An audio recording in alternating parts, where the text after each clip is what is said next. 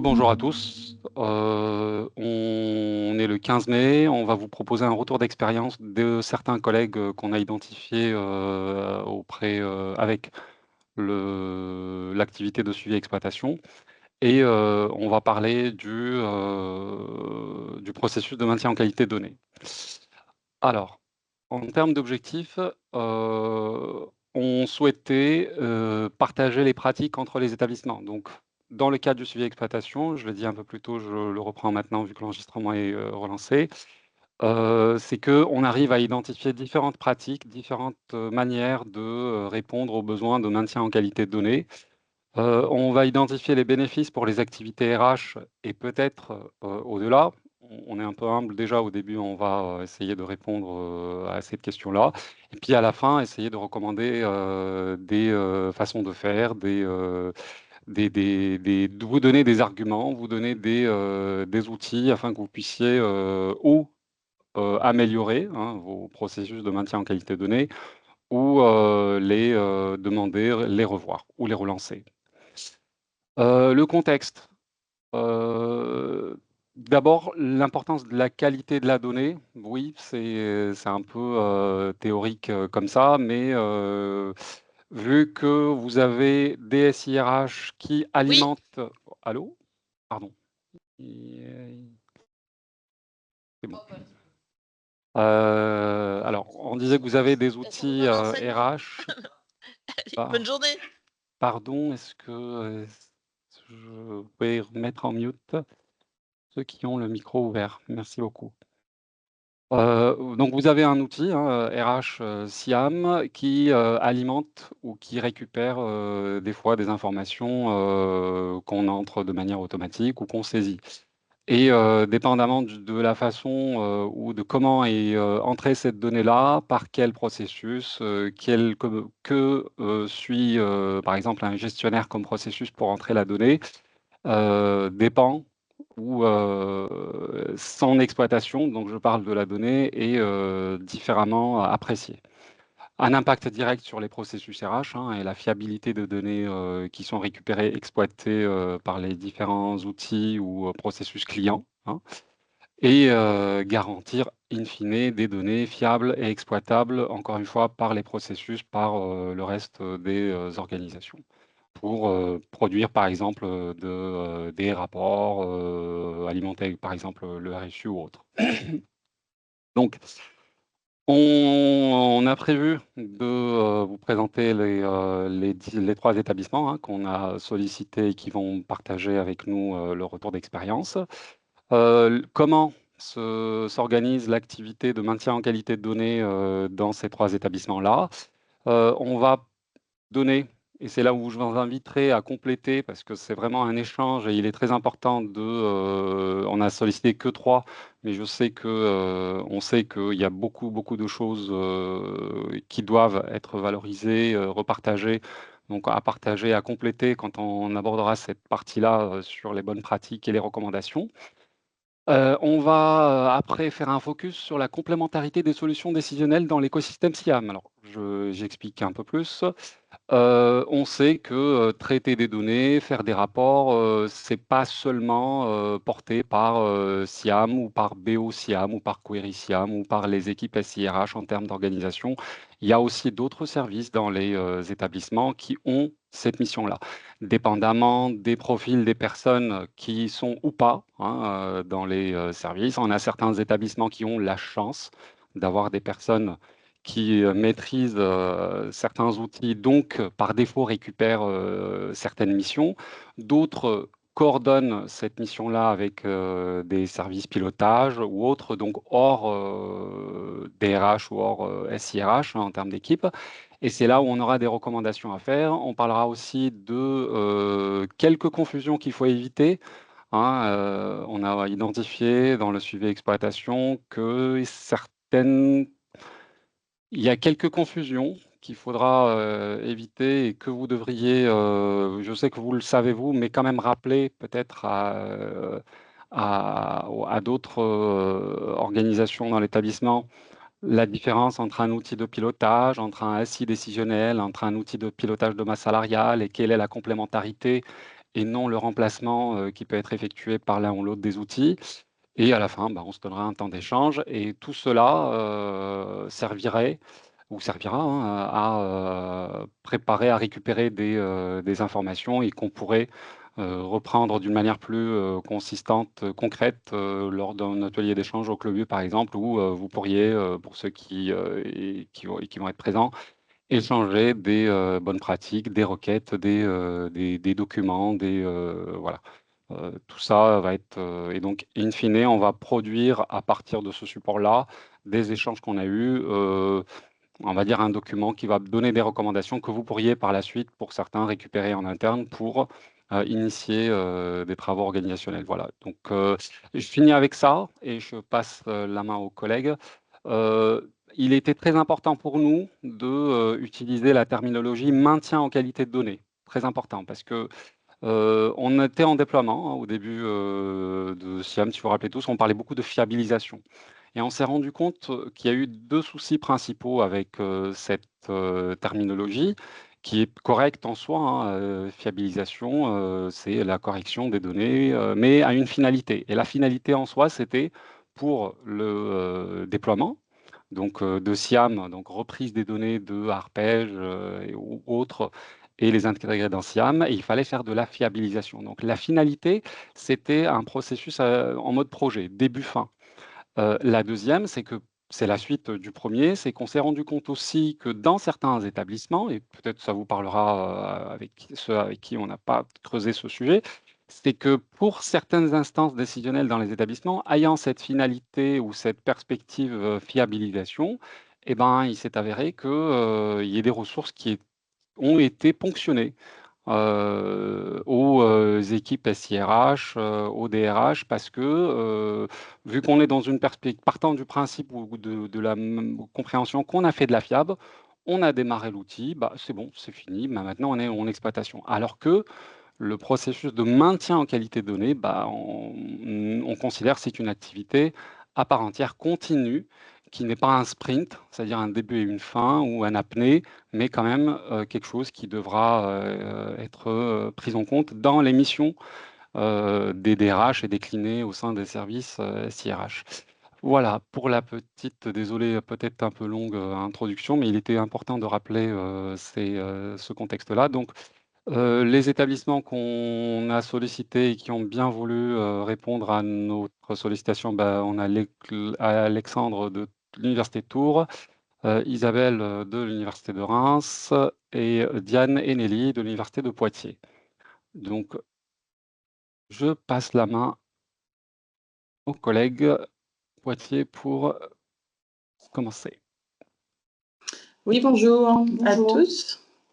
Alors déjà, on a des petits soucis ce matin de connexion, donc si jamais vous ne nous entendez plus ou nous, on ne vous entend plus, pardon d'avance. Donc nous, l'Université de Poitiers, c'est à peu près 28 000 étudiants, je ne l'ai pas noté, on a un statut donc, de BSCP, pardon.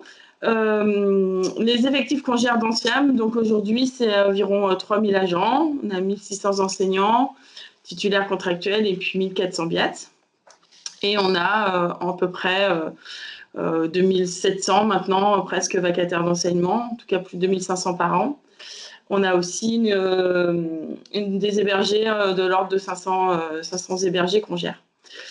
Donc on est dans SIAM depuis 2010. On était un des 3 établissements historiques de la gestion administrative. Donc on connaît bien SIAM, et on est passé en préliquidation en 2022-2023. Donc mars 2023 exactement pour la préliquidation.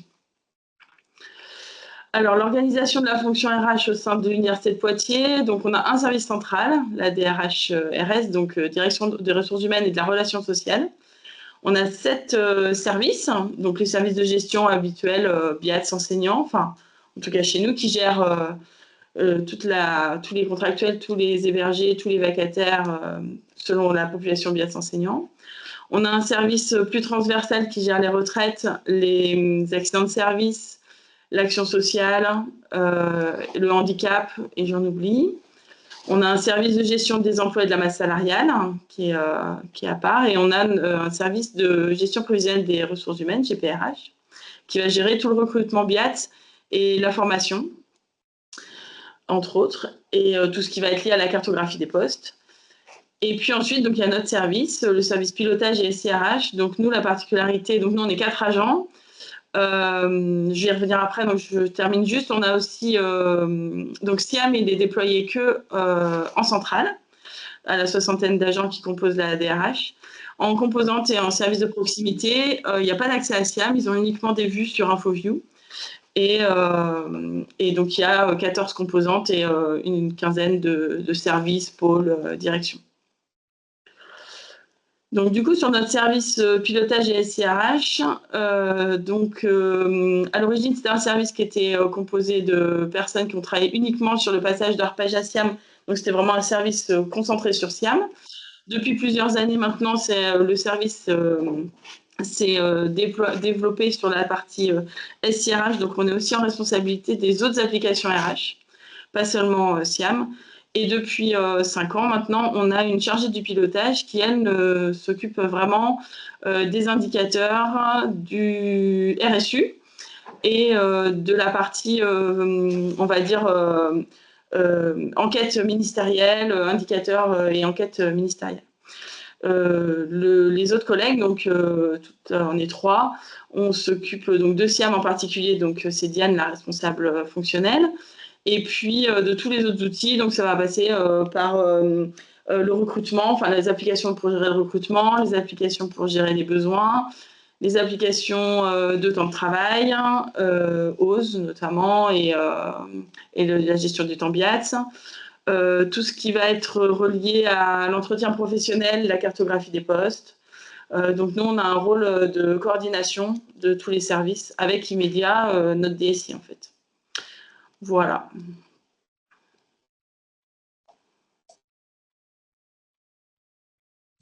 Bonjour, donc moi je suis Isabelle Perrin de l'Université de Reims-Champagne-Ardenne. Donc nous sommes aussi un EPSCP avec une reconnaissance au niveau international, surtout dans le domaine de la bioéconomie. Nous avons 28 110 étudiants à Reims répartis sur multisites puisque on est Reims, Châlons, Troyes, Charleville, Mézières et Chaumont.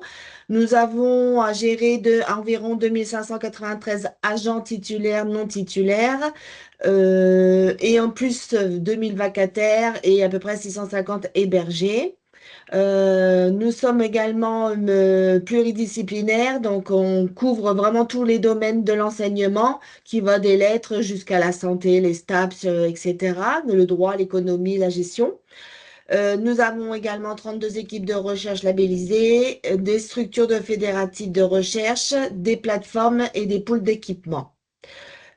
Pour notre SIAM, nous avons commencé le projet SIAM en 2015 et en exploitation à partir de janvier 2016. Donc c'est pareil, ça fait très longtemps qu'on utilise cet outil. Donc partie GA, je pense qu'on le maîtrise assez bien.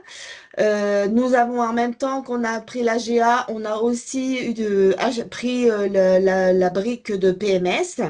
Donc notre PMS maintenant fonctionne correctement sur tout ce qui est constaté et puis la responsable du service de la masse salariale qui l'utilise fait quelques petits scénarios avec ce PMS.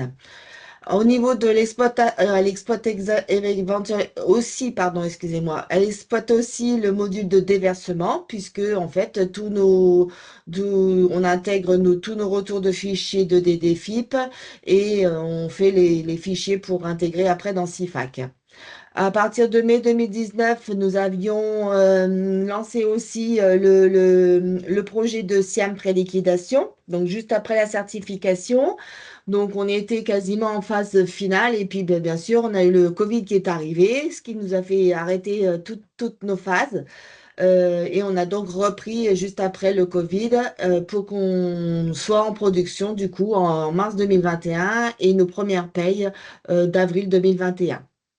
Ça, c'est pareil, nous sommes quasiment, enfin, nous sommes autonomes complètement sur le SIAM pré-liquidation, même pour l'intégration des retours de fichiers KX, LR, J5, etc. Donc, tout ça, on les fiches de liaison, les bulletins de paye, etc. Donc, tout ça, on utilise. On utilise partiellement SIAM BDP, parce que nous, en 2015-2016, en fait, la BDP n'existait absolument pas. Donc, c'est vrai que nous, on n'a pas eu cette formation-là au départ, mais on l'utilise beaucoup pour tout ce qui est extraction du mouvement de préliquidation. Voilà. Et puis là, on s'est lancé cette année sur la vague du module d'entretien professionnel et on a lancé notre campagne sur un panel de 150 personnes là, il y a 2-3 jours. Voilà. Donc là, c'est parti pour ça et on fera un retour après. Voilà, au niveau de SIAM, donc du coup, les principaux acteurs dans SIAM, ce sont tous les personnels de la direction des ressources humaines, bien sûr, avec des habilitations différentes en fonction des missions de chacun. Et on a aussi quelques références sur les composantes dont ils ont un accès en visualisation simplement. Qui est bien sûr unique pour chacun et qui voit simplement la population de leurs composantes.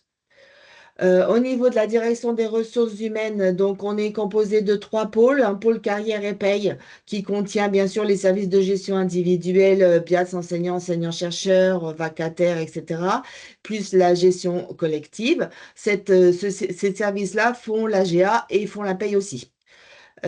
Après, on a un pôle accompagnement RH et services.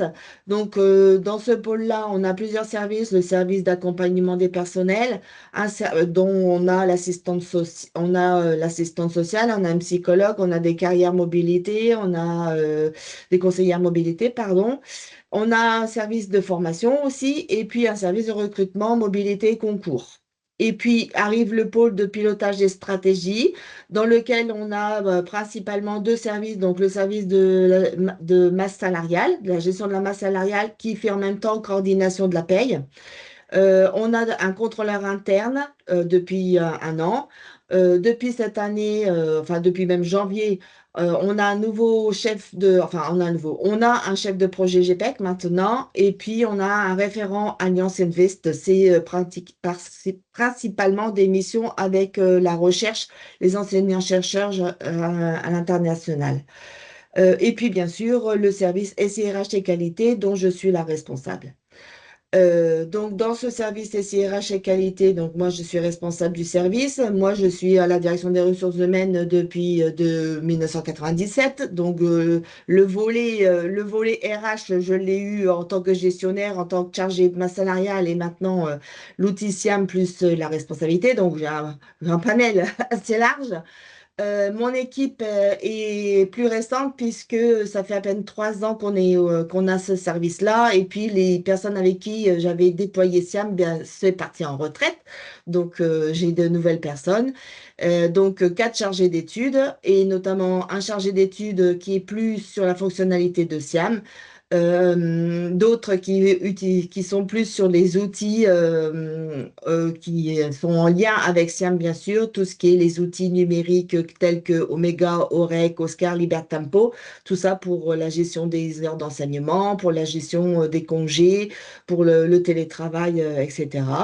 Et puis, un chargé d'études principalement qui est pour moi un expert de requêtage de BO et qui du coup enfin, a une grosse importance dans ce service-là pour toute l'extraction de la donnée de SIAM directement. Et puis ben, là, dernièrement, puisque mon autre chargé d'études qui avait en charge la base de données sociales et le rapport, le RSU, est devenu du coup chef de projet, et ben, mon poste est libre. Donc voilà, mais voilà, en gros, on est une équipe de 5 personnes. Voilà. Merci Isabelle. Bonjour à tous. Donc, concernant l'Université de Tours, donc, nous gérons environ 28 000 étudiants. Et donc, du coup, nous avons environ 2600 agents répartis en 1200 agents BIATS et 1400 enseignants-chercheurs. Nous avons 12 composantes qui dispensent de multiples disciplines, plus une dizaine de directions pour gérer toute la partie, on va dire, plus administrative de l'université. Concernant SIAM, du coup, on a aussi un petit peu de recul sur le sujet, étant donné que nous avons mis en production la gestion administrative et le déversement de la paye en 2017. Et nous avons mis en place le module de préliquidation en 2021, mais on était censé le faire en 2020. Mais pour les mêmes raisons qu'exposait Isabelle à l'instant, le Covid est passé par là, donc on a dû reculer d'1 an. Ouais, je te laisse passer à la suivante. Merci Yacine. Donc, du coup, au niveau de la DRH est organisée en 7 services. Donc, le service de gestion des agents BIAT, où nous avons une dizaine de collègues qui font partie de ce service, une dizaine de personnes aussi qui sont dans le service de gestion des agents enseignants. Nous avons 4 personnes qui font la gestion des agents hospitalo-universitaires et la gestion des heures complémentaires. Nous avons 7 agents dans le service de gestion de formation, recrutement, concours qui s'occupent aussi de la carrière des agents si jamais il y a des reconversions, ce genre de choses. Nous avons le service des affaires transversales et sociales où il y a aussi une assistante sociale qui permet de gérer, on va dire, les cas un peu difficiles, on va dire. On a le service études et pilotage qui gère la coordination de la paye transverse où nous avons 2 collègues pour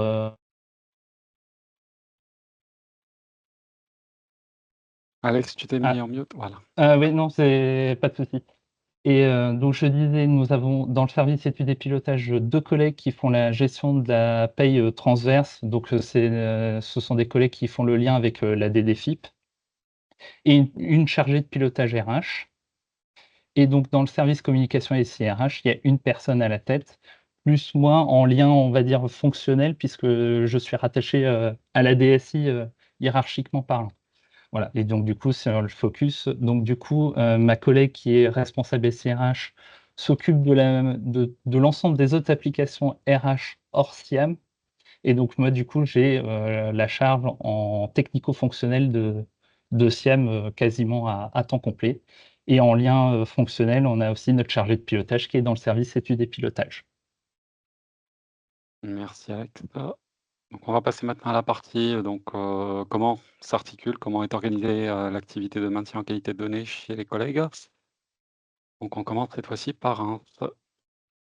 Alors, pour nous, en fait, le maintien en qualité des données a été sur plusieurs étapes, puisque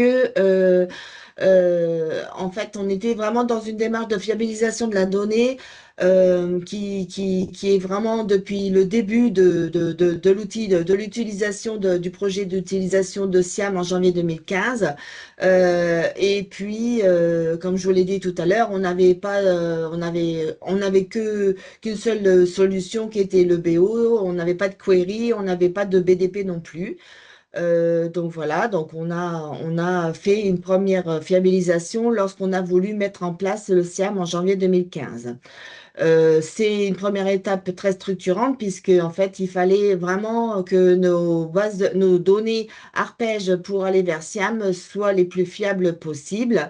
Et donc nous avions axé cette mise en qualité de données là sur les différents domaines sur les différentes données telles que les adresses, les RIB, les INSEE, etc., les noms, les prénoms, puisque il fallait absolument qu'on ait la même chose que ce qui se retrouvait aussi en DDFIP, puisque de toute façon, nous, au début, on a voulu SIAM parce que derrière, on voulait faire de la paye et on savait que le projet allait certainement arriver. Donc du coup, on a mis en place des contrôles thématiques et puis voilà, je vous ai mis à l'écran un tableau de bord, un indicateur à peu près par gestionnaire, par code de gestionnaire, le nombre d'erreurs qu'il y avait, mais le nombre de dossiers aussi, parce que quelquefois, lorsqu'on fait de la qualité de données, on se dit peut-être que que j'ai 100 erreurs, mais ça peut concerner éventuellement que 20 dossiers. Donc, il faut aussi remettre ça à vue par rapport aux gestionnaires, parce que quand on leur dit tu as 100 erreurs, quelquefois ça peut un peu frustrer, mais quand on leur dit que c'est juste 20 dossiers, ça passe un peu mieux quand même.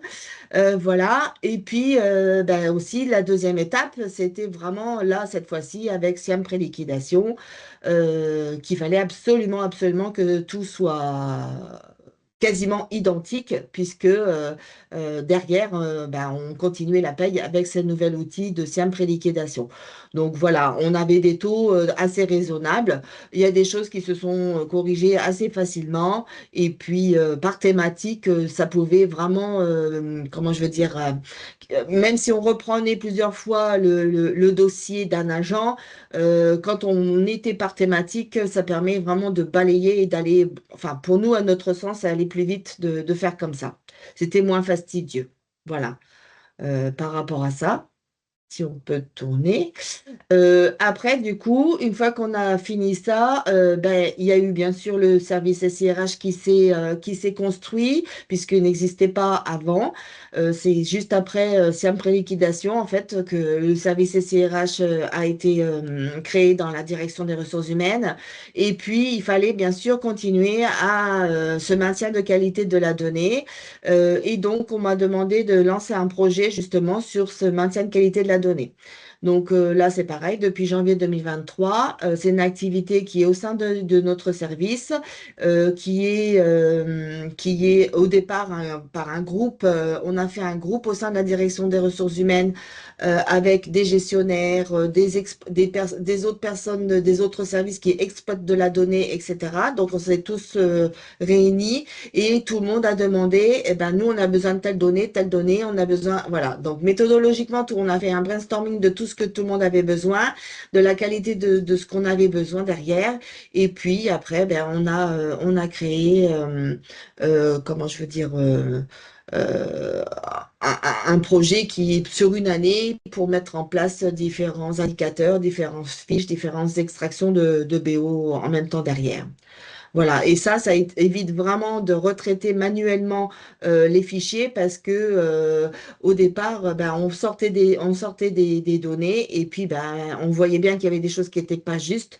Et comme beaucoup, on va retraiter nous-mêmes directement dans notre fichier et en fait, la donnée de départ, elle est toujours fausse dans la machine. Donc voilà, donc c'est pour ça qu'il faut aussi que ce projet de maintien en qualité de la donnée, prendre cet objectif de faire une correction sur la donnée de départ. Et puis, ça permet, oui, tu peux avancer, Yacine, je pense. Voilà. Donc, notre approche méthodologique, c'était ça. Le groupe, on s'est dit, en fait, ben, on doit saisir une donnée. Oui, d'accord, on saisit une donnée. Mais déjà, savoir, est-ce que notre donnée, elle existe ou est-ce qu'elle n'existe pas dans notre SIAM? Déjà, première chose. Donc, si elle n'existait pas, bah, et à un moment donné, il faut bien la saisir. Si elle existe, alors oui, est-ce qu'elle respecte ou elle ne respecte pas telle règle que l'on s'était définie au départ? Donc, si elle respecte la règle et qu'elle est bonne, bah, du coup, c'est bon, la donnée est conforme. Si elle ne respecte pas la règle, alors il faut faire de la correction.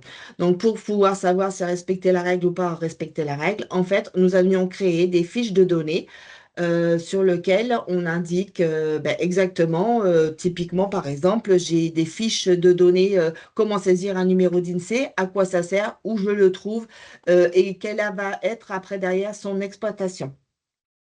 Voilà, donc on a balayé quand même beaucoup de données comme ça pour faire une fiche quasiment sur chaque donnée. Voilà. Donc, et puis après, ça permet aussi de faciliter donc, le travail au quotidien des gestionnaires, hein, puisque ils savent comment ils doivent saisir les choses. On a aussi mis à disposition des requêtes automatisées grâce à BO.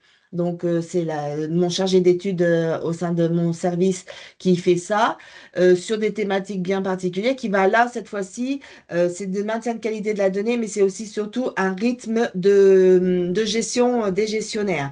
Ça va leur permettre d'avoir une vision anticipée à 4 mois sur des choses type les fins de contrat 4 mois, les fins de position, les fins de modalités de service, les absences de maladie, les enfants quand ils ont 3 ans, 16 ans, etc., etc., les prochains changements changement d'échelon. Et en fait, ça rythme aussi en même temps toute la saisie dans la machine de SIAM. Donc voilà, donc ça c'est automatisé maintenant, hein. Nous, on l'a fait une première fois, maintenant c'est automatisé. Les gestionnaires reçoivent directement tous les premiers du mois leur fichier derrière. Et puis, cette maintien en qualité de la donnée aussi, c'est aussi pour développer des indicateurs donc stratégiques, puisque nous, à l'Université de Reims, donc le service SIRH et qualité, nous avons des fiches d'identité. En fait, c'est une fiche d'identité composante sur lequel il y a plusieurs indicateurs, notamment l'effectif par population et statut, la consommation de la masse salariale, le nombre d'agents par leur régime de congé, si c'est des agents qui bénéficient du protocole de télétravail, etc. Des ratios d'encadrement aussi, administratifs, scolarité, soutien pédagogique, des états potentiels et réels des charges d'enseignement aussi. Donc tout ça, c'est une fiche d'identité qui est produite par nous, qu'on met à jour tous les ans. Et ça, ces fiches d'identité-là sont fortement utilisées aussi lorsque on est sur les campagnes d'emploi pour l'année d'après et pour l'arbitrage au niveau de la gouvernance. Voilà. Et puis, ben, de temps en temps, on a aussi une démarche de fiabilisation, enfin de maintien à qualité ben, sur des choses ponctuelles. Lorsque nous, on fait de l'extraction, lorsque je vois un dossier, qu'on m'interroge sur quelque chose, si je vois un dossier qui a quelque chose qui n'a pas été compris, eh ben, on fait une action de fiabilisation et on refait des focus et des modes opératoires pour nos gestionnaires. Voilà, je pense avoir été assez claire, j'espère. On creusera plus le sujet tout à l'heure avec les Oui. recommandations où tu vas répéter effectivement ce que Oui. tu as réussi à mettre en place et surtout les difficultés, hein. Oui. Je commence déjà à voir des questions. Est-ce que vous avez des turnovers? Comment vous faites après avec les gestionnaires et tout? Donc ça, on verra dans la partie recommandations. Merci beaucoup, Isabelle. Alexandre. Oui, alors, concernant l'université de Tours, bah, effectivement, c'est le maintien en qualité des données a toujours été quelque chose qu'on a tenu compte dès la mise en place de SIEM, mais même avant, puisqu'il fallait basculer de Arpège vers SIEM. Donc, comme tu le disais, Yacine, fiabilisation de données en basculant de Arpège vers SIEM, puis après, on passe sur le maintien en qualité des données. Donc, c'est quelque chose qu'on a commencé dès 2017, dès qu'on avait mis en prod SIEM. Et donc, du coup, on se retrouve avec en deux processus finalement. On a un processus bimensuel où on a un lot d'une cinquantaine de requêtes BO qui permettent de vérifier la complétude et la cohérence des informations à date du jour. Donc, ça permet de comparer un ensemble d'informations. Par exemple, vous avez un détachement sortant, on vérifie qu'il y a l'affectation hors administration, ce genre de choses. Ces rapports BO, les résultats sont déposés sous forme de fichiers Excel dans un répertoire accessible aux gestionnaires RH. Et ces fichiers-là leur permettent de lister les anomalies détectées et qui sont corrigées par les services de gestion concernés par ces anomalies. Dans les familles de données vérifiées, donc du coup, on regarde tout ce qui est du domaine de la donnée individuelle, des affectations, notamment la répartition au sein de l'organisation, qui est quand même quelque chose d'un petit peu plus complexe à manier, notamment du fait de la lisibilité qui n'est pas forcément simple à avoir dans SIAM. La carrière, les contrats, les positions, les modalités de service, et j'en passe. Néanmoins, les constats que je fais au fur et à mesure du temps, quand même, c'est que les anomalies quand même, sont quand même relativement limitées, surtout sur les thématiques simples, comme par exemple la complétude des données identitaires. Du fait aussi que SIAM sont interconnectés avec pas mal d'applications qui nécessitent, et on a fait en sorte que ça nécessite une certaine exigence sur la qualité des informations. Et du coup, ça permet de aussi limiter les anomalies qu'on peut trouver dans SIAM. Je te laisse passer à la suivante, Yacine, s'il te plaît. Et donc, du coup, on a mis en place un deuxième processus. Donc, c'est plutôt des actions ponctuelles. Et donc, notamment dans le cadre d'événements spécifiques, comme des remontées ministérielles avec le datum, où nous, on s'aperçoit parfois qu'il y a des spécialités sur des agents qui ne sont pas forcément renseignés. Donc, il y en a toujours 4-5 qui nous passent un petit peu entre les mailles du filet, auquel cas, on profite de faire les corrections d'anciennes avant de faire la remontée. Et évidemment, l'un des plus gros sujets, toujours souvent dans les établissements, qui sont les élections professionnelles, qui nécessitent des analyses un peu plus poussées. Et effectivement, comme disait Isabelle, en fonction des dossiers qu'on trouve, effectivement, on regarde si on ne trouve pas d'autres cas qui seraient, on va dire, du même genre que ceux qui sont détectés, on va dire, manuellement. Voilà ce que je peux Merci vous Alex. dire Donc là-dessus. on retient qu'il y a une activité, on va dire, continue, hein, et je pense que ça va être un peu une trame qui va se poursuivre, et des campagnes, hein, de fiabilisation qui s'accrochent à à un calendrier de gestion ou à des remontées ministérielles. Oui, tout à fait. Merci Et voilà. beaucoup. Et puis, si en fonction des anomalies détectées, si on voit qu'il y a une anomalie qui se répète, qui est assez souvent répétée, à ce moment-là, effectivement, on fait on va dire une campagne de rappel auprès des gestionnaires pour leur rappeler le cadre de saisie. Si effectivement on voit que c'est qu'un seul agent où il y a une anomalie, c'est pas forcément nécessaire. Souvent, il s'agit d'un oubli, mais pas forcément d'une non-connaissance des règles de saisie. Merci Alex. Alors, on va chez Poitiers. Nelly, Diane. Oui. Donc Poitiers, c'est un peu, c'est assez commun avec ce que Isabelle et Alexandre ont présenté. Donc nous, peut-être un rappel, donc le processus, il existe depuis le passage à SIAM. À l'époque, en fait, il n'y avait pas, comme me disait Diane en aparté, en fait, ils avaient même pas, moi j'étais pas là, donc ils n'avaient même pas vu SIAM, en fait, ils ne savaient même pas à quoi ressemblaient les écrans de SIAM à l'époque. Et on avait donc on faisait de la reprise de données sans rien.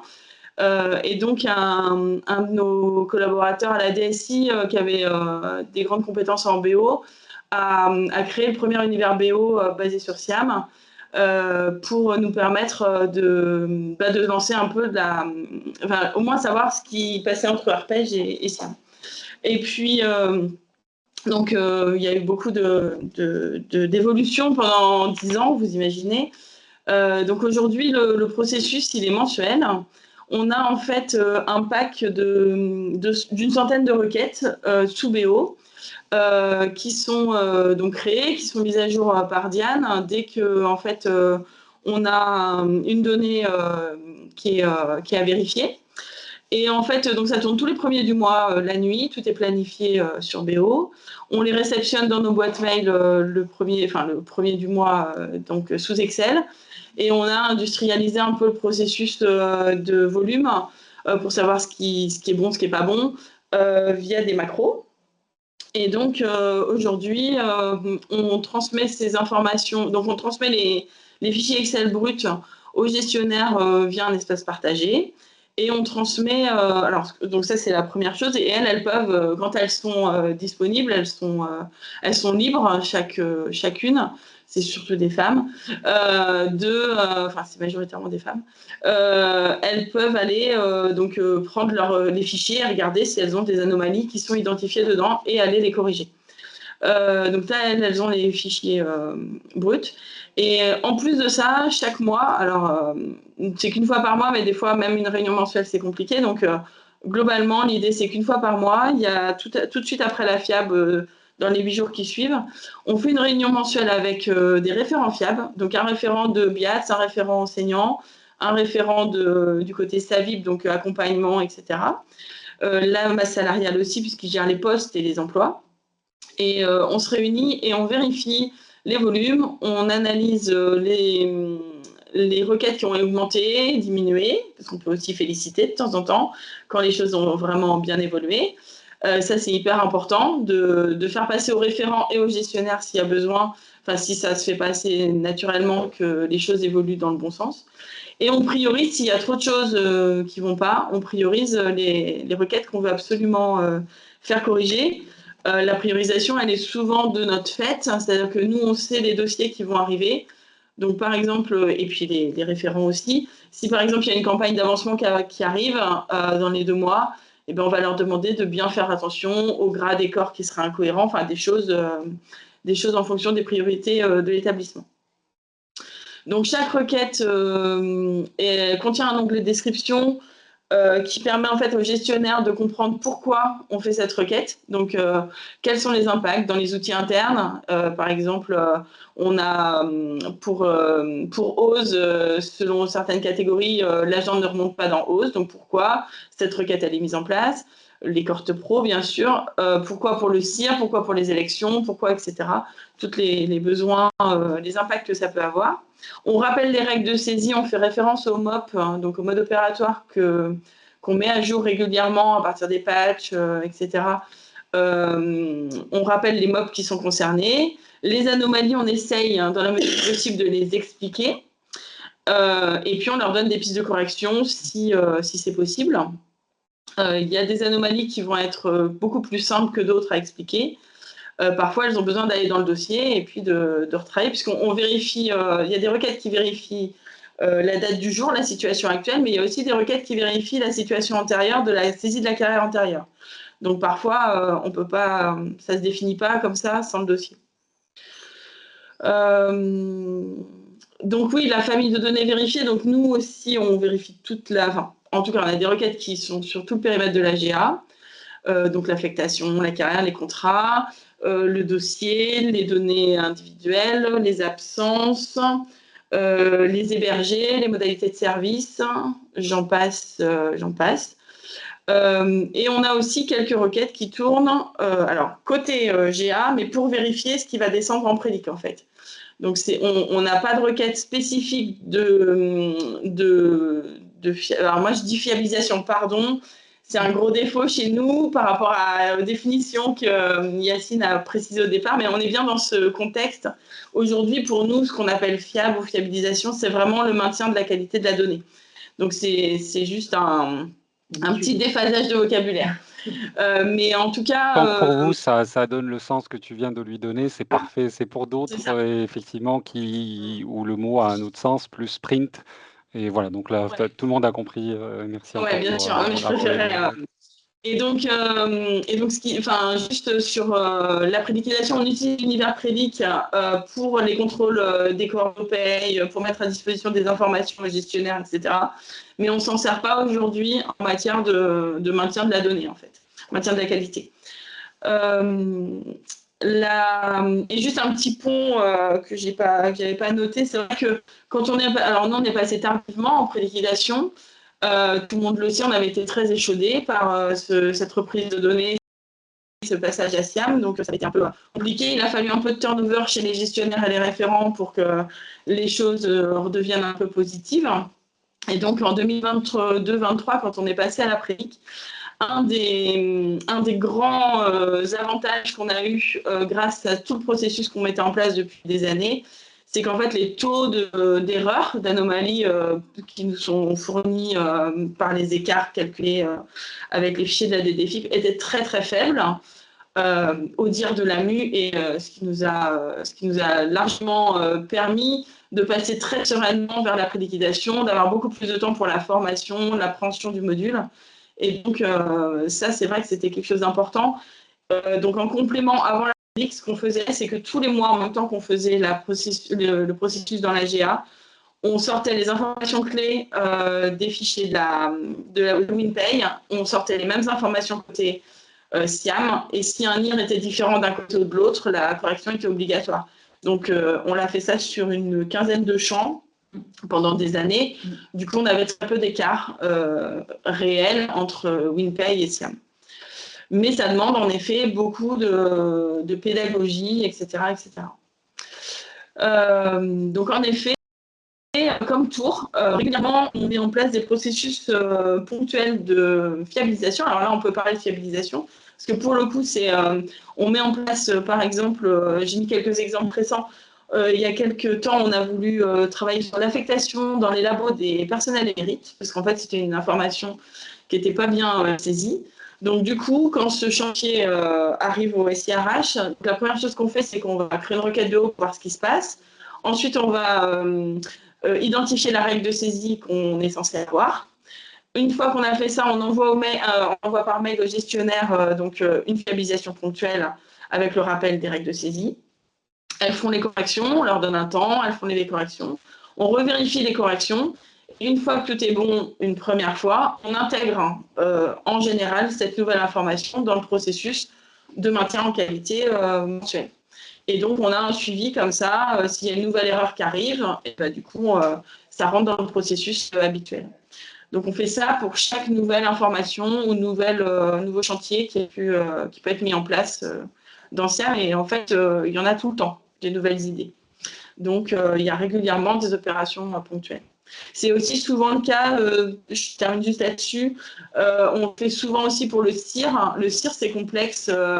L'appréhension des fichiers de retour, ils sont très complets, mais les erreurs sont parfois un peu complexes à appréhender. Et donc maintenant, je fais des campagnes un peu ponctuelles, comme ça, je prends une erreur et je dis à 5 gestionnaires sur 12, vous avez des erreurs à corriger, je leur donne la règle exacte de ce qu'il faut, quoi. Comme ça permet d'éradiquer tout doucement des anomalies qui sinon passeraient dans une masse, qui n'auraient pas d'intérêt, en fait. Parce que ce qu'il faut voir, c'est que dans la centaine de requêtes, elles choisissent. Elles choisissent celles qu'elles aiment mieux, elles choisissent celles qu'elles savent qui sont plus faciles, celles où il n'y a pas besoin d'aller dans le dossier. Enfin voilà, donc c'est pour ça qu'il faut tout le temps revenir sur les volumes. Et la dernière chose que je n'ai pas dit, c'est que donc, depuis 6 mois, on va dire, peut-être la rentrée à peu près, on a intégré dans nos réunions mensuelles avec les référents une gestionnaire de chaque pôle. Donc ça, c'est tout nouveau. Et en fait, on se rend compte que c'est génial, hein, parce que du coup, elles viennent en ayant regardé en amont les anomalies qui leur sont arrivées le premier du mois, les leurs. Mais du coup, ça leur met un peu la pression aussi pour les autres collègues. Et donc, en fait, elles corrigent beaucoup plus et ça nous permet mieux d'expliquer aussi les erreurs à éviter. Donc, voilà. Parfait. Merci beaucoup, Nelly. Alors là, ce qu'on va voir maintenant ensemble, hein, donc on a préparé une partie sur depuis les échanges qu'on a eus avec les établissements pour le retour d'expérience et les éléments qu'on avait retenus en tant que cellule de suivi et exploitation, des recommandations. Donc c'est des recommandations qu'on va répéter hein, maintenant et qui ont, en termes de pratique, c'est déjà en exploitation, mais aussi certaines recommandations. Et puis après, je vous inviterai peut-être à les compléter ou en termes déjà d'organisation, encore une fois, de processus, de ressources ou les problématiques que vous rencontrez. Des fois, ou même si vous avez mis, parce qu'on a effectivement identifié que même s'il y a des outils, même s'il y a des gens compétents, il y a certaines difficultés dues à des turnovers, dues à plein de contextes, et c'est là où il faudrait qu'on les aborde. Alors, c'est dit comme ça, hein, donc intégrer le maintien en qualité de données comme une activité permanente, ça, je pense qu'on a compris hein, par rapport à ce que a expliqué un peu Isabelle, par exemple, pour Reims. C'est pas un sprint, c'est pas une activité avec un début et une fin qui se positionne dans un cadre de déploiement ou de projet. C'est pas une activité pompier. C'est pas ça c'est important, c'est pas une activité que le service, que les personnes qui portent, on va dire, les outils ou la responsabilité du service SIRH ont. C'est quelque chose qui doit être plus intégré dans toute la DRH. Donc, ça peut être déjà rajouté dans comme objectif, comme mission pour les équipes, pour les personnes qui sont en charge. Et en gros, il faut rappeler aussi le fait que la donnée devra être fiable. Cette fois-ci, c'est vraiment fiable à la source pour pouvoir éviter, comme l'ont expliqué les collègues, des fois, et c'est tellement redondant, des fois, c'est facile, hein, je sais que c'est facile, effectivement, c'est facile, dans le sens, je vois, je corrige et ça va plus vite. Mais petit à petit, et ça, je sais que certains d'entre vous vont avoir un petit sourire parce que on en a parlé, récupèrent petit à petit ces responsabilités-là. Ils le font parce que ça marche, parce que c'est efficace, mais c'est pas quelque chose qui est saine, dans le sens où ça marche, ça fonctionne, et donc petit à petit, bah, on oublie que c'est de la responsabilité de tout le monde. Donc, je ne sais pas si les collègues veulent compléter avec moi cette slide ou je passe à la suivante. Ok. L'organisation, hein, donc il est très, très important de clarifier qui fait quoi. Donc, avec un RACI peut-être, et nous, on a travaillé, par exemple, dans le cadre du déploiement du module Entretien Pro, qui était un peu compliqué pour certains établissements où certaines responsabilités, c'est un peu chez toi, un peu chez moi. Et donc, c'est ou tout chez toi ou tout chez moi. On l'a vu, par exemple, sur un autre processus, hein, des fois pour le CIR. Dans sa configuration actuelle, il y a une partie des activités du processus du CIR qui est au sein de la DRH, l'autre au sein de la DSI. Et on connaît certains établissements où c'est géré à la DSI parce que des contextes. Il y a plein de raisons qui ont fait que. Et donc, clarifier avec un RACI, avec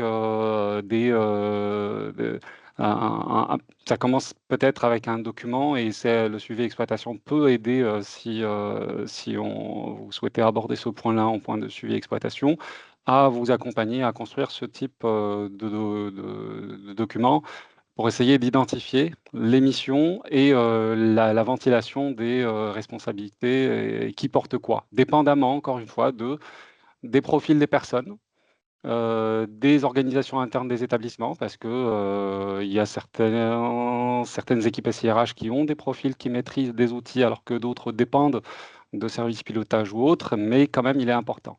Et rappelez-moi, les collègues, l'importance de BO versus SIAM. Hein. Ça, si j'oublie ça, on le répétera tout à l'heure.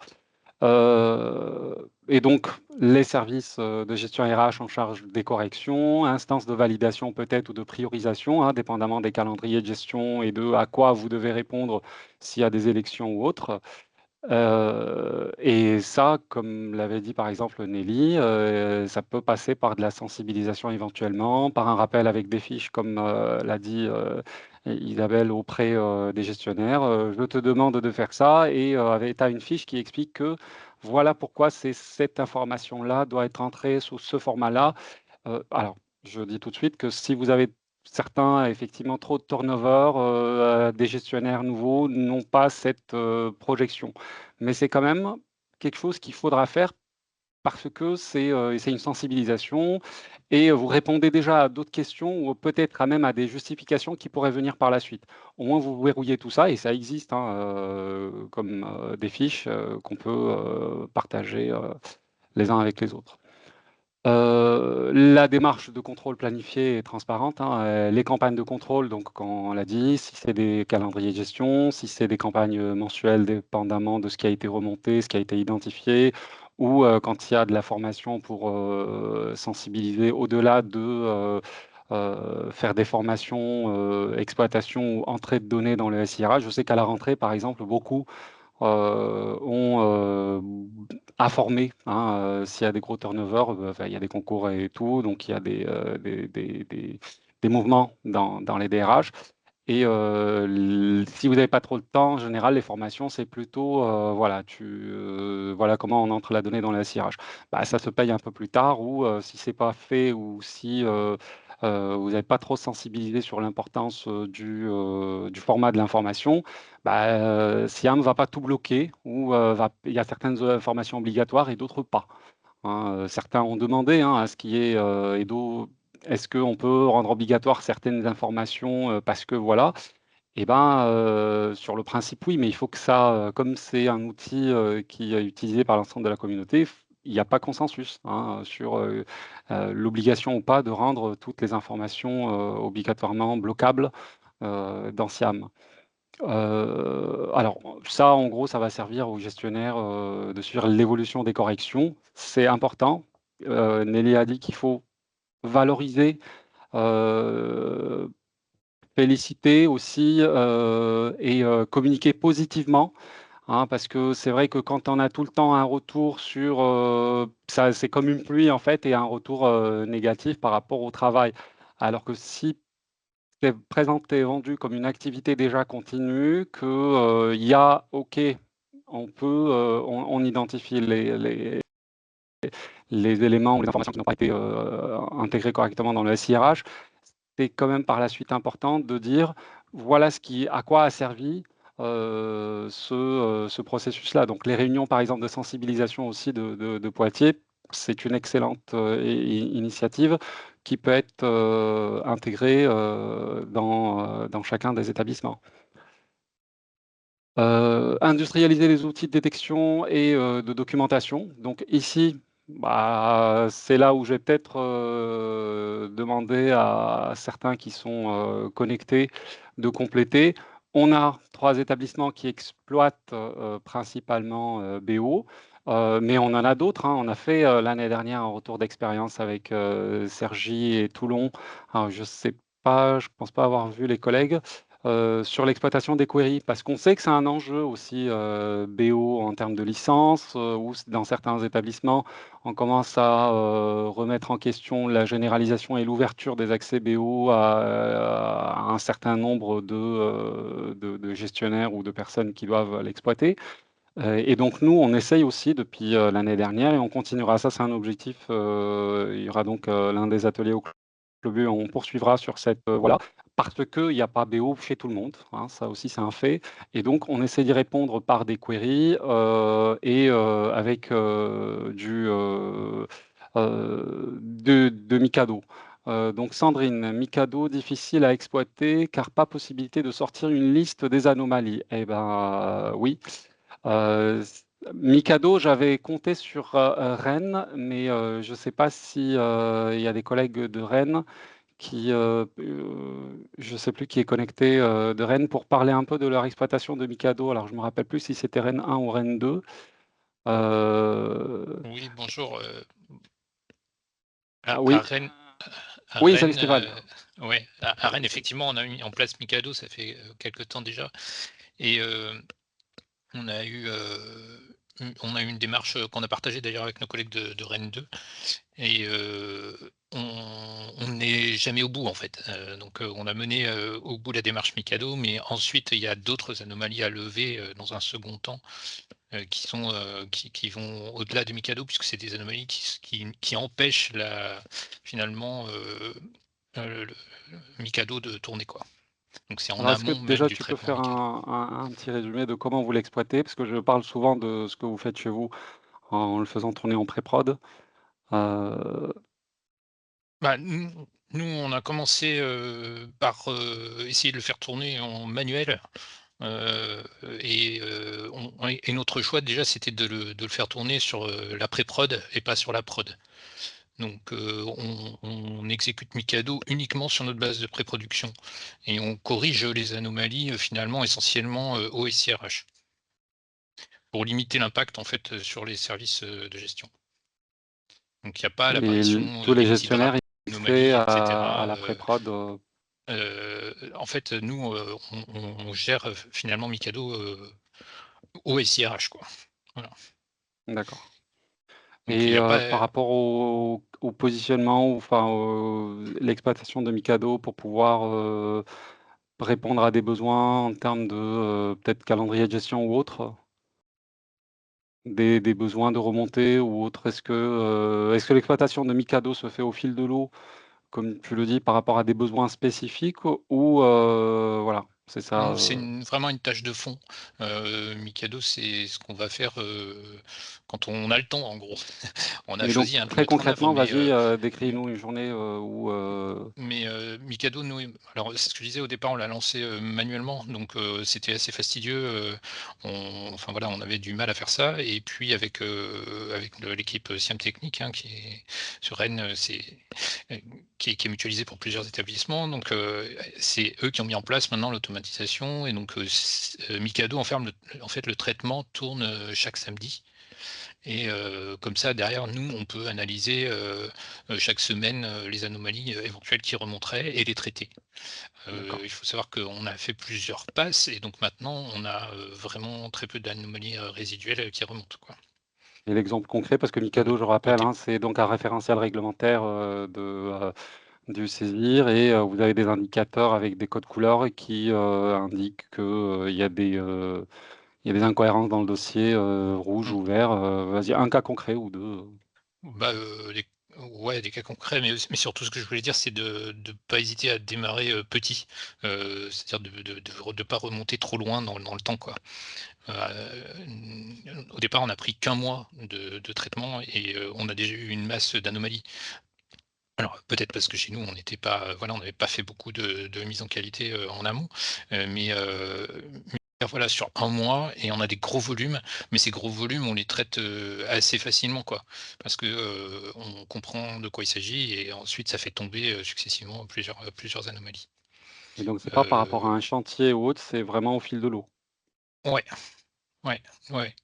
Bah, oui, oui, on a Oui, on n'a donc je pas fait rejoins la ça. question de Sandrine en fait, voilà, donc comment identifiez-vous les anomalies à fiabiliser, donc dossier par dossier Ouais. ou info Mmh. par info? C'est info par info, ouais. En fait, le retour d'anomalie de Mikado, se fait dans des fichiers Excel et ils sont regroupés par typologie d'anomalie, quoi. Alors il faut se familiariser avec, le fichier, avec, les informations, mais après, on on comprend et ça fonctionne assez bien, quoi. Mmh, Mmh. d'accord. Voilà, dans tous les cas, enfin Mikado, je vous rappelle qu'on dans le processus de déploiement et d'exploitation de Mikado, la mue est à vos dispositions pour ceux qui l'ont pas encore, lancée.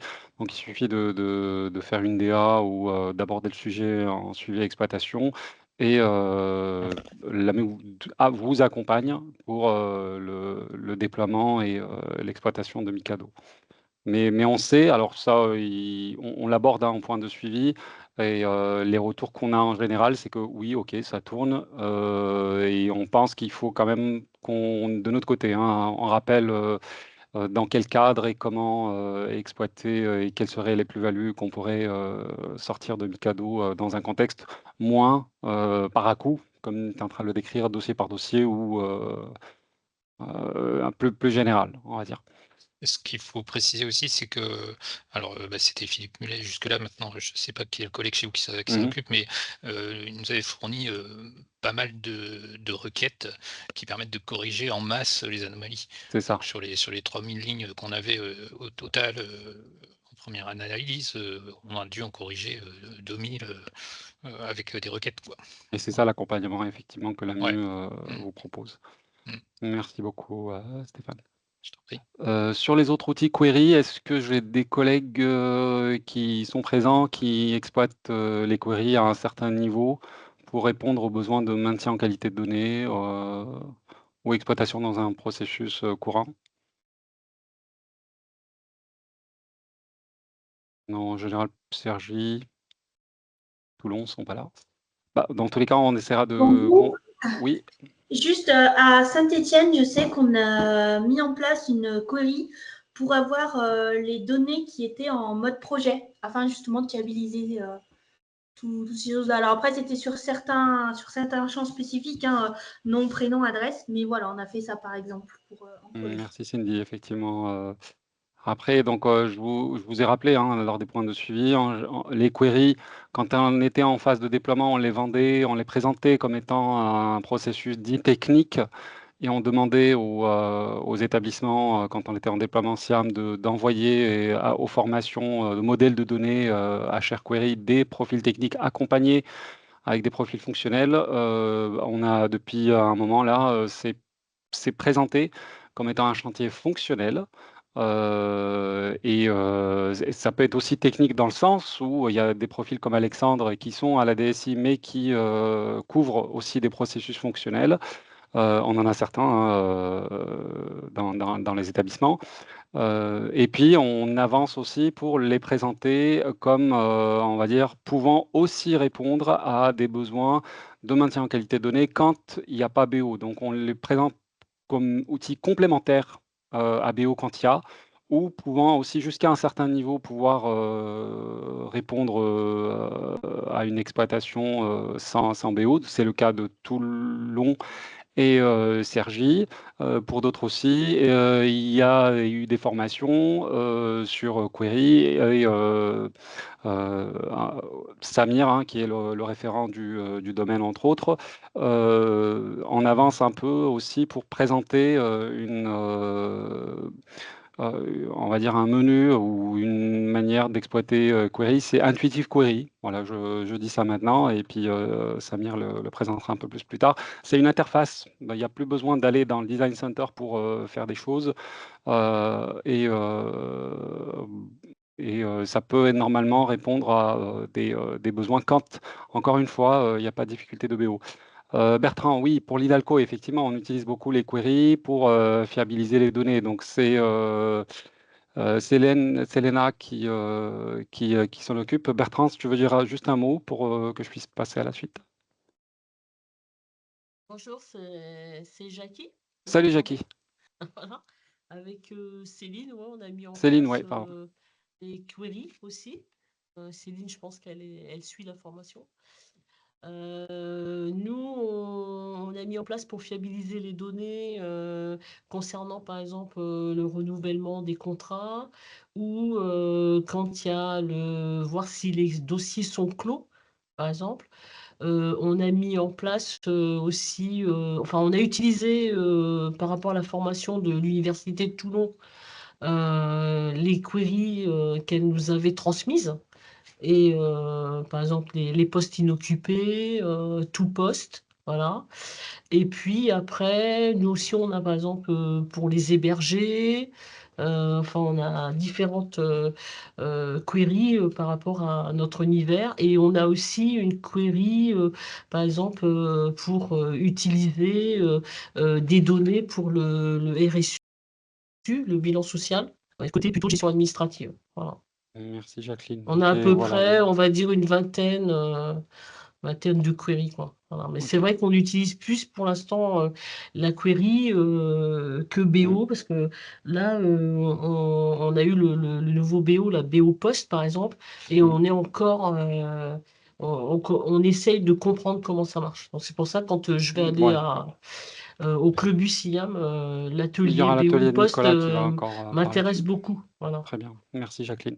Alors je poursuis, donc renforcer la communication auprès des utilisateurs SIAM, donc tout utilisateur, hein, les collègues l'ont rappelé, et c'est quand même le cas hein, qui est constaté, les conséquences ne sont pas identifiées par les gestionnaires, peut-être des fois c'est eux qui ne le cherchent pas, hein, parce que, voilà, mais quand même, les impacts et les erreurs qui peuvent être évitées si tel format ou telle sensibilisation aurait pu être proposé. Donc les fiches dont a parlé Isabelle Pourins, donc ça pourrait fonctionner très très bien pour expliciter l'impact et l'importance et même peut-être des fois le processus client qui récupère la donnée et le gestionnaire normalement qui saisit la donnée dans SIAM sera plus sensibilisé et peut-être pondérera mieux la manière avec laquelle il saisit l'information. Alors, le travail des gestionnaires RH, hein, donc il faut vraiment valoriser le travail de maintien en qualité de données. Si vous définissez fiabilisation comme étant une activité continue, pas de problème, mais pour d'autres, encore une fois, c'est vraiment parce que chez certains, c'est une connotation plus début-fin et avec une épée de Damoclès qui ponctionne des ressources. Donc ça, il faut éviter, mais les gestionnaires le travail de maintien en qualité de données doit être présenté comme une activité continue et valoriser le travail de fond qui est continu encore une fois. Les instances de direction, ça aussi c'est un sujet, hein. On a vraiment creusé ça dans les points de suivi avec beaucoup d'entre vous. Ça doit être porté politiquement, ce qu'a défini Isabelle et ce qui a été mis en place. Je pense qu'il y a eu un travail en amont par rapport à ça. Donc, il faut du temps aux équipes, il faut des outils, il faut une feuille de route ou un mandat qui est bien défini et qui découle. S'il ne découle pas, c'est à vous de le remonter, hein, des fois, avec ces éléments-là, ou après avoir échangé avec d'autres collègues. C'est aussi aux équipes de resensibiliser pour pouvoir récupérer des mandats clairs avec les ressources qui vont avec, pour pouvoir répondre à ces besoins-là auprès des instances politiques et décisionnelles des établissements. Des indicateurs donc, de qualité de données. Donc là, c'est on parle plus de volumétrie ou d'identification de la donnée devant être corrigée avec les différents lots de requêtes qui sont faits chez les uns et les autres.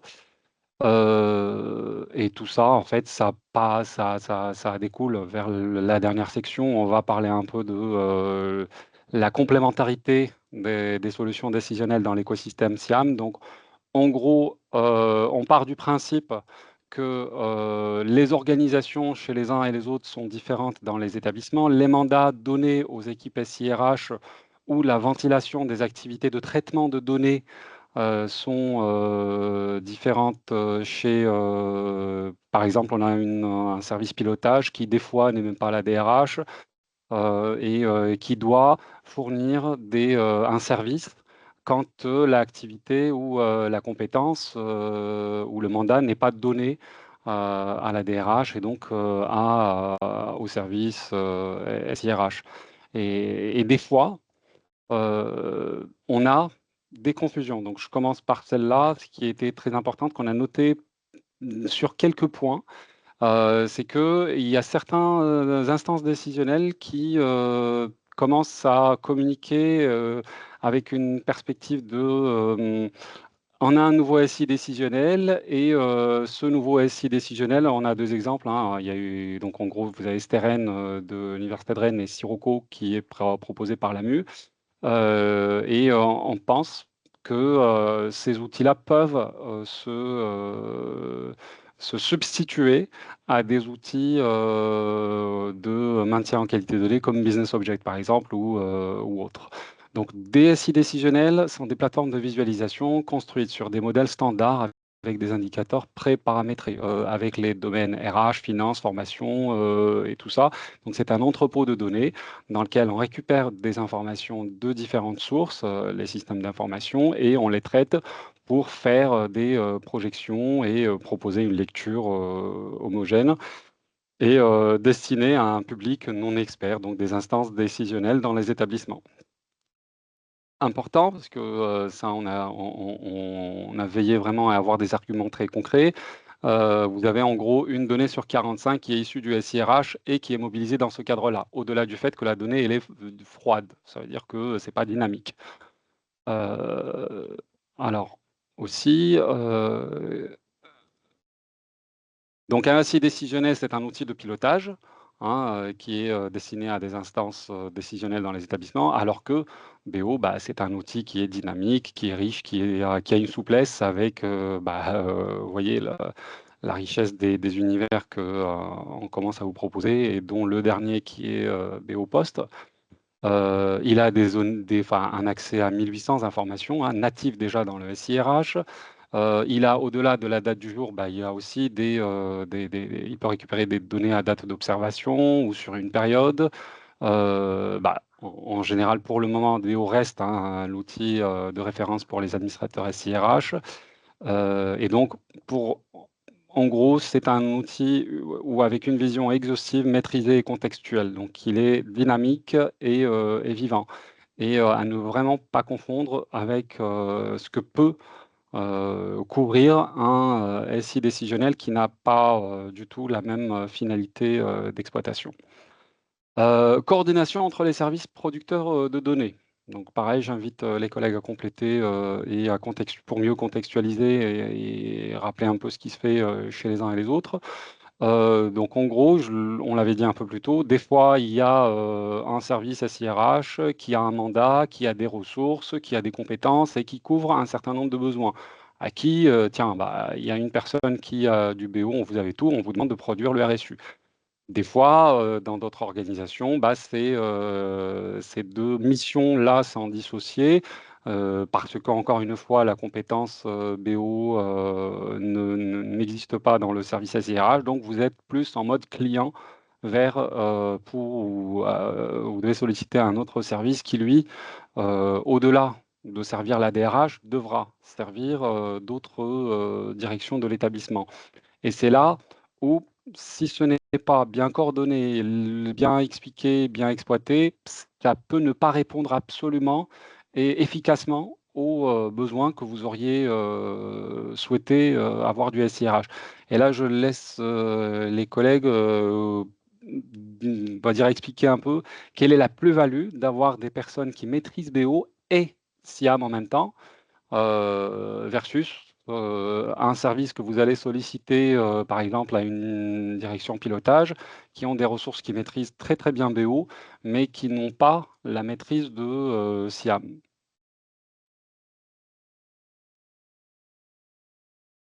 Qui veut se lancer?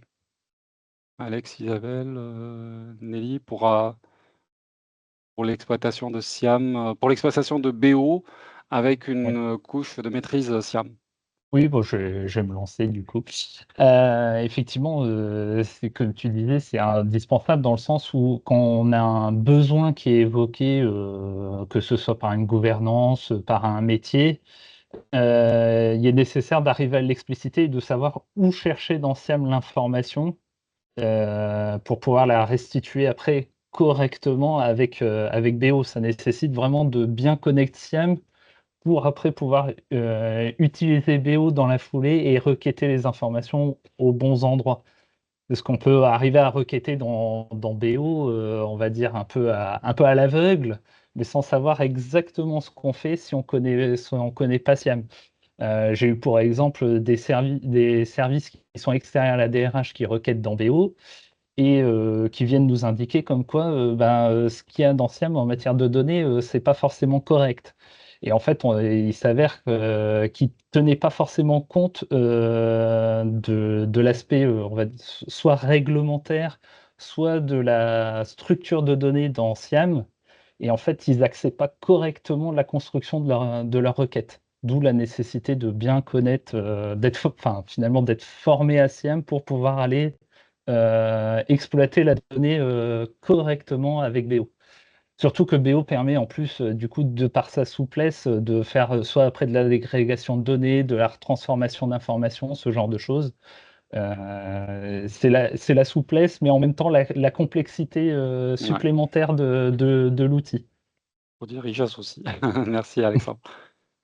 Si je peux rajouter juste aussi, c'est aussi de bien faire définir en amont, avant de partir tête baissée dans les requêtages, de bien faire redéfinir en amont le besoin, parce que tout le monde utilise quelquefois le même terme pour des choses complètement différentes.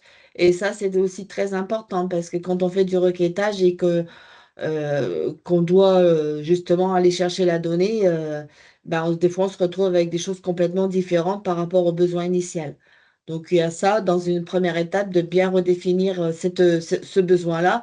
Et comme disait Alexandre, c'est vrai que le fait de connaître parfaitement notre outil de SIAM est une vraie plus-value et facilite beaucoup le requêtage de BO après derrière. Voilà. Ouais, c'est ça. Et puis ne pas hésiter aussi à travailler de manière itérative, puisque des fois les besoins aussi s'affinent au fur et à mesure de la construction de la requête ou des requêtes concernées. Merci Alex. Alors, je passe maintenant à un moment où on peut échanger un peu, compléter éventuellement si vous avez des compléments pratiques que vous auriez en interne et que vous souhaiteriez présenter ici. Déjà des questions au début, si vous avez des questions pour les collègues.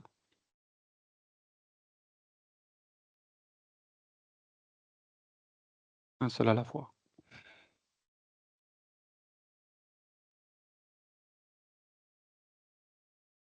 OK, tiens, joli. Sandrine, oui, donc à Lyon 2, vous avez à peu près une soixantaine de requêtes. Enfin, je pose des questions, hein, tant qu'il n'y en a pas encore.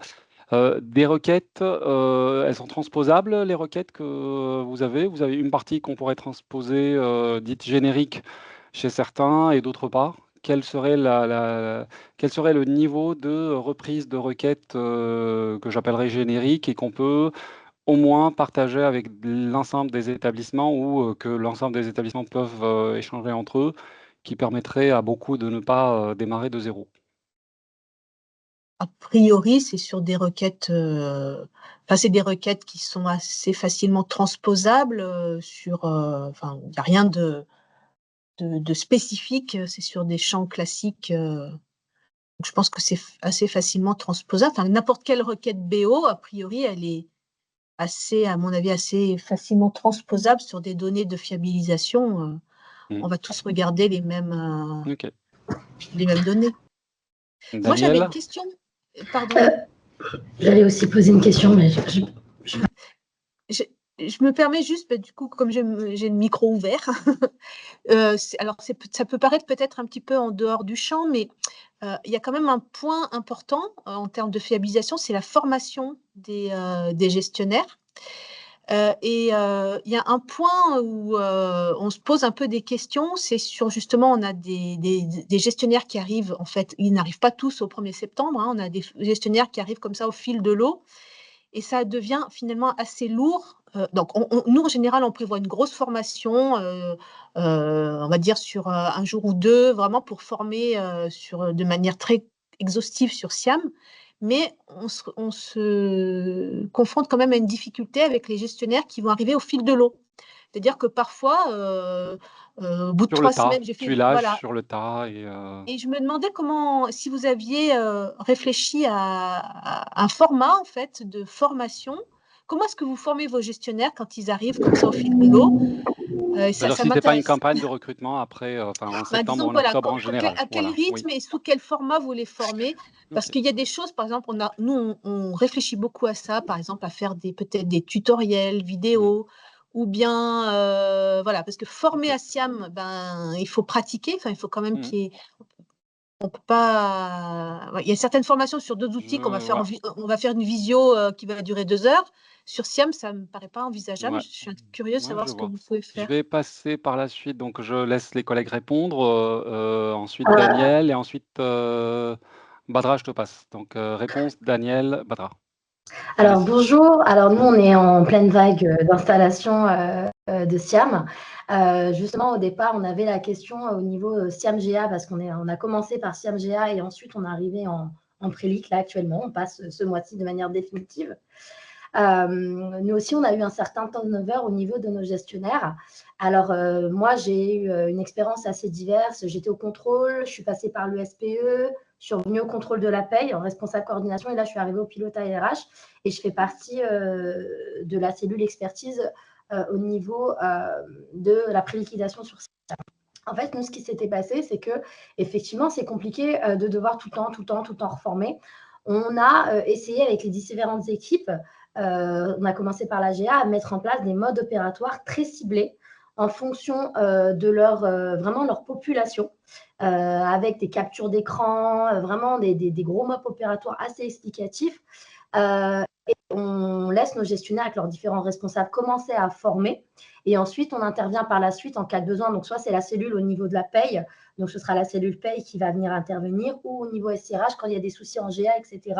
Mais on intervient également en amont, avant, sur les modes opératoires, donc la cellule SIRH et paye, afin d'avoir des MOP qui partent de la GA jusqu'à la prélic. Là, c'est ce qu'on est en train de monter. Ça permet aussi, quand une personne, même si elle n'y connaît pas grand-chose au début, parce que c'est vrai qu'au niveau du timing, des fois, c'est très difficile d'accorder 1 semaine, 2 semaines. Ce n'est pas forcément quelque chose de facile. Même 1 jour, 2 jours, on ne peut pas voir forcément tout le panel des différents agents. Et donc, je sais que ça rassure énormément nos gestionnaires d'avoir ces MOP opératoires, vraiment ces modules avec vraiment qui partent de la GA, arrivent à la prélic. Cette saisie-là, qu'est-ce que ça donne et comment l'expliquer au niveau de la prélic. Je ne sais pas si j'étais assez claire. Et justement, j'en profite aussi pour poser la question. J'ai vu que vous avez dit que BO, parce que j'étais assez contente d'entendre tout ce que j'ai entendu. Ça m'a fait très plaisir. Voilà, je vous remercie. C'est vraiment intéressant parce qu'on se posait la question sur pas mal de choses et c'est vrai que savoir que dans d'autres universités, ils sont passés par là. Donc, si ça ne vous dérangerait pas, j'aimerais bien prendre vos contacts par la suite et poser différentes questions si vous acceptez. Voilà. On s'est vu avant-hier. En gros, suivi exploitation, je t'avais dit, on est là pour on est les matchmakers avec les autres établissements, donc on demande à chaque fois. Et il n'y a aucun Super, problème. Déjà au Club U, ça sera une première occasion c'est ça. d'échanger avec les moments d'échange qui sont prévus. Et dans tous les cas, on ne va pas s'arrêter là sur ce sujet-là. Je me permets un point sur le temps, parce que c'est vrai qu'on a fini officiellement. Si vous permettez, on se prend juste 10 minutes et on arrête après 10 minutes pour essayer de couvrir le reste des sujets, si vous êtes d'accord. Daniel, je te passe la parole. Oui, merci Yacine. Je voulais juste revenir sur les différents sujets là qui viennent d'être abordés à l'instant. Par rapport effectivement aux MOP, on fait pareil, hein, à l'UL, on a des MOP assez précis, assez détaillés, qui partent bien de l'AGA jusqu'à la prélic. On a vraiment le processus dans l'intégralité qui est décrit. Donc c'est effectivement une bonne aide pour les gestionnaires, y compris les nouveaux. En ce moment, on est aussi en train de mettre en place, de commencer à faire des tutoriels sous forme de vidéos pour justement, en particulier, les gestionnaires qui arrivent en cours d'année et qui ont loupé les vraies formations de l'automne et qui aussi d'ailleurs sont utiles pour les gestionnaires en place parce que souvent, il y a des manipulations qu'ils ne font pas forcément très souvent. Et c'est toujours nécessaire de pouvoir reconsulter une vidéo. Donc ça, on est en train de mettre ça en place. Par rapport à BO, je voulais dire que nous aussi, on avait des requêtes qui existaient déjà, qui étaient aussi automatisées, mais qu'on n'avait pas forcément tout encore programmé. Et je me demandais s'il y avait une possibilité pour qu'on ait un partage commun, qu'on puisse vraiment s'échanger entre universités, pour pas qu'on réinvente la roue chacun dans notre coin, en fait, qu'on perde tous du temps, le même temps, qu'on se partage ce qu'on a fait de manière un peu organisée, peut-être par vous, par l'AMU, plutôt que de contacter en direct une personne qui a fait et puis C'est ce qu'on a proposé effectivement lors des super. points. Ça sera l'élément sortant, si vous voulez, le prochain chantier. Quand même, la question précédente là sur comment vous vous organisez pour accompagner les gestionnaires qui arrivent hors période de formation, en général septembre-octobre, quand il y a après les concours et tout. Donc je laisse les collègues qui ont présenté répondre comment ils s'y prennent chez eux. Moi, je veux bien intervenir si, donc nous, chez nous, en fait, à l'université de Reims, ce que je fais, c'est que obligatoirement, je prends une demi-journée juste pour vraiment présenter l'outil au nouveau gestionnaire, lui donner, en fait, entre guillemets, les bonnes pratiques, même si on rentre pas sur la saisie directe, pour qu'elle puisse au moins découvrir l'outil et voir un peu comment on doit l'utiliser, comment on navigue à l'intérieur, en fait. C'est une première formation de prise en main de l'outil. Et puis, au sein de l'URCAD, donc, on a, ça fait 2 années maintenant, mais on fabrique un guide du gestionnaire, pareil, avec tout ce qui est texte de réglementaire, des modes opératoires, des copies d'écran, de l'AGA jusqu'à la prélic aussi. Et puis, au sein des services de gestion, en fait, on a un tutorat. En fait, il y a à chaque fois, on dit, voilà, tel gestionnaire, elle va être le tutorat de la nouvelle personne. Et ça se passe comme ça au fur et à mesure. Et voilà. Et quand il y a vraiment besoin de revoir des formations bien spécifiques, et pareil, on refait des focus sur des choses particulières et on refait des ateliers pour faire de la saisie et remettre en mémoire des pratiques. Voilà. Merci Isabelle. Je laisse les collègues s'ils ont à intervenir et après je repasse la main à Daniel. Alex ou Moi, je veux bien intervenir. Alors nous, on est un peu plus chanceux, l'université de Tours, c'est qu'on n'a pas trop de turnover. Donc, en règle générale, j'en ai entre 1 et 2, là, sur ces 2 dernières années, entre 1 et 2 collègues à former. Donc, ce qui facilite un peu la tâche et que leurs arrivées, elles se font un peu au fil de l'eau. Donc, du coup, c'est plutôt un format, on va dire, entre guillemets, un peu plus à la carte. Et sachant que j'ai changé un peu ma façon de faire là sur cette année-là, c'est que j'ai mis en place la base de formation et je fais manipuler le nouvel arrivant directement dans la base de formation, tout en le guidant pour lui expliquer comment ça fonctionne, comment retrouver les informations. Et on le fait sur 2 demi-journées pour pas que ce soit trop lourd d'un coup, puisqu'on fait la GA sur une première demi-journée et sur une deuxième demi-journée, on fait la partie pré-liquidation. Parce que c'est vrai que si on fait tout ça sur la même journée, c'est un petit peu indigeste, surtout pour des gens qui viennent d'arriver. Et le seul souci qu'on a aussi là-dedans, c'est que mine de rien, c'est qu'on prend peut-être les choses un petit peu à l'envers. C'est-à-dire qu'on forme d'abord les gestionnaires sur l'outil avant de les former sur le métier quand ils ne le connaissent pas. Ça, c'est un problème dans l'absolu. Mais disons que si on veut les faire aller sur des formations métiers, c'est sur des créneaux spécifiques. Ouais. Donc, du coup, on s'adapte à ça malgré Je tout. sais que Daniel va aussi compléter Voilà. ça, donc Et je laisse pour- Nelly. Et... Ouais, Voilà. vas-y. Et juste pour terminer, c'est qu'on a mis en place un wiki en fait pour avoir toute la documentation de SIAM. Alors c'est une documentation que moi je maintiens, qui est une documentation générique pour tous les services. Je peux pas le faire on va dire par service. Tu peux pas la Service BIAT, personnaliser service par les enseignant, services. etc. Voilà. Donc eux, en fait, sur la base de cette documentation-là, ils personnalisent avec leur code et je les accompagne pour personnaliser aux besoins. Merci Alex. Nelly, Diane, après Daniel. Oui, rapidement, en fait, nous aussi, on a plutôt de la chance depuis plusieurs années, on a peu de turnover, 1 à 3 par an maximum.